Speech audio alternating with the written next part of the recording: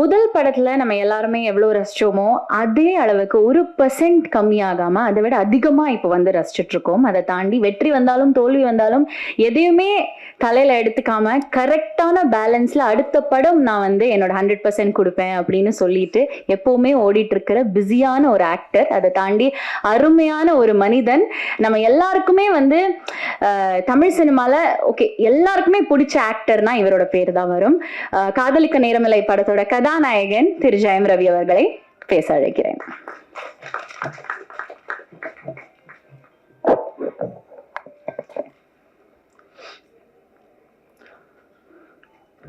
இந்த விழாவுக்கு வந்திருக்கும் பத்திரிகை, தொலைக்காட்சி, இணையதளம் நண்பர்கள் அனைவருக்கும் வணக்கம்.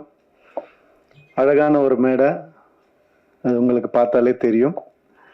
ஸோ இவங்க எல்லாருக்கூடையும் நான் ஒர்க் பண்ணியிருக்கேன்னு நினைக்கும் போது எனக்கு ரொம்ப சந்தோஷமா இருக்கு.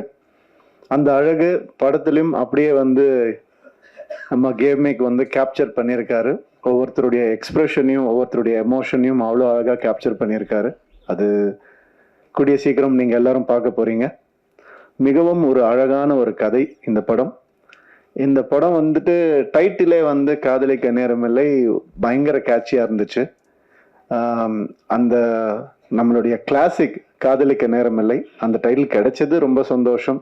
அதை எல்லாரும் அப்ரூவ் பண்ணது, இந்த கதைக்கு அது பொருந்துமான்னு நினைக்கும் போது அப்படியே அருமையாக பொருந்திருந்துச்சு. ஸோ அதுவே ஒரு பெரிய கிஃப்ட் எங்களுக்கு. இந்த டைட்டிலை செலக்ட் பண்ணுறதுக்கு முதல்ல ஹீரோக்கு தான் தேங்க் பண்ணணும். அண்ட் டைட்டில் கூட விட்டுட்டாங்க, அது என்ன நித்யா மேனன் முதல்ல, அப்புறமா ஜெயம் ரவி. அதுதான் முதல்ல ஒரு கேள்வியாக இருந்தது. அப்படி என்ன உங்களுக்கு கான்ஃபிடென்ஸ் அப்படின்னு கேட்டாங்க. செல்ஃப் கான்ஃபிடென்ஸ் தான், வேற என்ன கான்ஃபிடென்ஸ், வேற எதுவும் கிடையாது. ஐ மீன் நான் எல்லாமே உடைச்சிருக்கிறேன்னு நான் நம்புகிறேன். சினிமாவில் இது ஒரு ஜாம்பி படம், ஒரு ஸ்பேஸ் படம் அப்படின்னு அது மட்டும்தான் உடைக்க முடியுமா என்ன, இதையும் உடைப்போம் தான் நம்ம எல்லாரும் பேசி உடைச்சோம். அது நான் வந்து இந்த மேடையில் தான் அதை நான் சொல்ல முடியும். எவ்வளோ பேர் எப்படியோ ட்விஸ்ட் பண்ணிலாம் கேட்டு பார்த்தாங்க. உண்மை இதுதான்.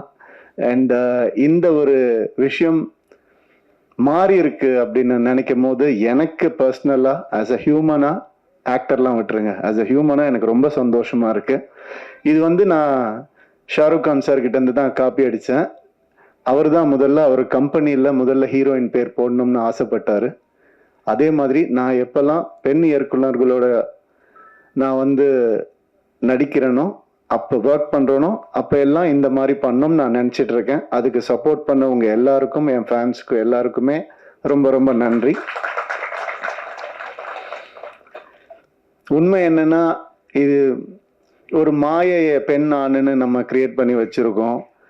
பெண் இல்லாம ஆணுக்கு அர்த்தம் இல்லை, ஆண் இல்லாம பெண்ணுக்கும் அர்த்தம் இல்லை. இதுதான் உண்மை. இதே மாதிரி தான் எல்லாமே, பிளாக் ஒயிட் எது எடுத்துக்கிட்டாலும் அந்த ஆப்போசிட் மீனிங் இருந்தால் மட்டும்தான் அது மீனிங்காகவே ஃபார்ம் ஆகும். ஸோ அந்த ஒரு வகையில் வந்துட்டு ரொம்ப நல்ல விஷயம் நடந்திருக்குன்னு நான் நினைக்கிறேன். அண்ட் எனக்கு இப்போ எல்லார பற்றியும் பேசியிருக்கேன், நிறைய பேசியிருக்கேன். என்னை பற்றி கொஞ்சம் பேசலான்னு இன்னைக்கு ஒரு முடிவுக்கு வந்து இருக்கிறேன். யாரும் தப்பாக எடுத்துக்க வேண்டாம், இந்த நேரத்தை அதுக்கு யூஸ் பண்ணலான்னு. ஏன்னா என்னுடைய கெரியர்லேயோ லைஃப்லேயும் இது ஒரு முக்கியமான டைமாக நான் பார்க்குறேன். அதனால இந்த முடிவை நான் எடுத்தேன். அதுக்கு சப்போர்ட் பண்ணுவீங்க நம்புகிறேன். ஒரு தம்ஸ் அப் காமிச்சிங்கன்னா நல்லாயிருக்கும். Okay, thank you. Thank you sir. இந்த நிறைய அவங்க நம்ம உங்க பேரு தெரியல எனக்கு, சாரி. சப்னா சொன்ன மாதிரி வந்துட்டு வெற்றி வந்தாலும் தோல்வி வந்தாலும் ஒரே மாதிரி இருக்கேன் அப்படிங்கிறதுக்கு என்ன காரணம்னா, இப்ப நான் சொன்ன ஆண் பெண் தான். வெற்றி இல்லாம தோல்வியும் இல்லை, தோல்வி இல்லாம வெற்றியும் இல்லை. எனக்கு வந்துட்டு ஒரு 2014 இந்த மாதிரி கொஞ்சம் ஒரு தோல்வியான ஒரு டைம் இருந்தது. 3 வருஷம் ஒரே படம் பண்ணேன். அதுக்கப்புறம் என்னால ஒரு இன்டர்வியூ கூட கொடுக்க முடியல. ஏன்னா ஒரு லுக் இருந்தது, அந்த ஒரு மாயையில் என்னை அப்படியே வச்சிருந்தாங்க. அதுக்கப்புறம் எனக்கு ஒரு மாதிரி கொஞ்சம் கஷ்டமா இருந்தது, என்னடா அப்படி இருக்கேன்னு. படமும் சரியா போல, தோல்வி அடைஞ்சுது. ஸோ அப்போ நான் யோசித்தேன், நான் ஏதாவது தப்பு பண்ணியிருக்கேனா அப்படின்னு யோசித்தேன். நான் தப்பாக நடிச்சிருக்கேனா, நான் வந்துட்டு தப்பான கதை செலக்ட் பண்ணனா, நான் அப்படி யோசிக்கும் போது என் சைட்லேருந்து எந்த ஒரு தப்பும் எனக்கு தோணலை. அப்புறம் நம்ம எதுக்கு தோண்டு போனோம், உன் சைட்ல தப்பு இல்லாதப்ப. அடுத்த வருஷமே 3 ஹிட் ஒரே வருஷம். ரோமியோ ஜூலியட், பூலோகம், தனி ஒருவன் 3 ஹிட் கொடுத்தேன் நான். அது வந்துட்டு ஏன் அப்படின்னா அந்த ரியலைசேஷன் தான். வெற்றிக்கும் தோல்விக்கும் பெரிய டிஃப்ரென்ஸ் இல்லை. ஒருத்தர் தோத்து போய் துவண்டு போய் கீழே விழுந்துட்டாங்கன்னா அவர் தோல்வி அடைஞ்சவர்னு சொல்றோம். அது கிடையாது. அவர் திருப்பி எந்திரிக்காம இருந்தாதான் அவர் தோல்வி அடைஞ்சவர். திருப்பி எந்திரிச்சிட்டாருன்னா அவர் தோல்வியே கிடையாது.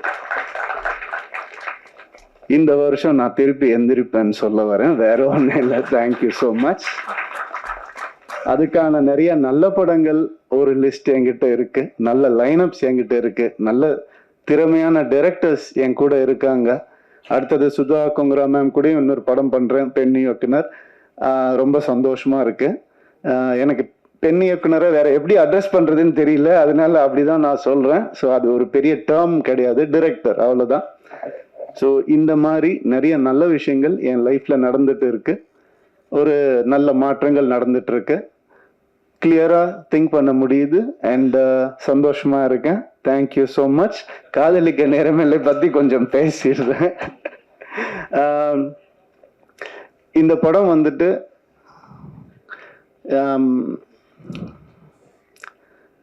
பாலச்சந்தர் சார் எப்படி அவருடைய ஈரால நிறைய விஷயங்களை உடைச்சு புதுசா எந்த நெருடலும் இல்லாம காமிச்சாரோ அந்த மாதிரி கிரு வந்துட்டு இந்த படத்தை ஆஸ் அ ஃபீமேலா அவங்க பண்ணியிருக்காங்க.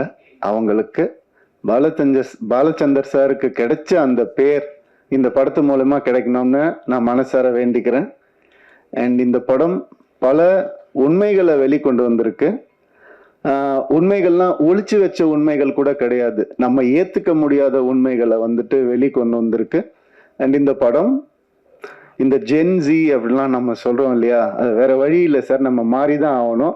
நீங்க வந்து பேப்பரும் பேனாவும் சில வருஷம் முன்னாடி பிடிச்சிட்டு உட்கார்ந்து இருந்தீங்க, இப்ப கேமராவை கையில பிடிச்சிட்டு உட்கார்ந்து இருக்கிறீங்க. அந்த மாதிரி இந்த படம் சில மாற்றங்களை கொண்டு வரும். அது ரொம்ப நவீனமா இருக்கும், ரொம்ப மாடர்னா கண்டிப்பா இருக்கும்.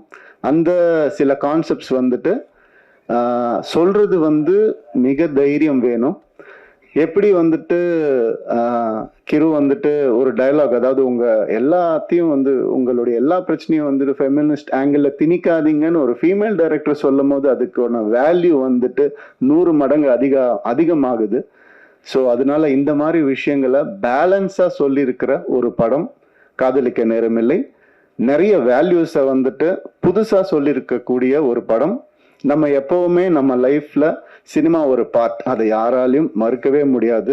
அம்மா அப்பா சொல்லி கொடுக்காத சில விஷயங்களை கூட சினிமா சொல்லி கொடுக்கும்ன்ற நம்பிக்கையில தான் நான் சினிமாக்குள்ள வந்தேன். அந்த மாதிரி இந்த ஜென்ரேஷனுக்கு சொல்லி கொடுக்க முடியாத, பேச முடியாத சில விஷயங்களை ரொம்ப அழகா டீல் பண்ணியிருக்காங்க. இந்த மாதிரி திறமையான தைரியமான டிரெக்டர்ஸ் இன்னும் வரணும் தமிழ் சினிமாவுக்கு நான் ஆசைப்படுறேன். வர பொங்கலுக்கு இந்த படம் ரிலீஸ் ஆகுது. கண்டிப்பா தியேட்டர்ல வந்து பாருங்க. UA சர்டிபிகேட் தான். ஸோ நீங்களே முடிவு பண்ணிட்டு வாங்க. தேங்க்யூ. ரொம்ப நன்றி ஜெயம் ரவி சார்.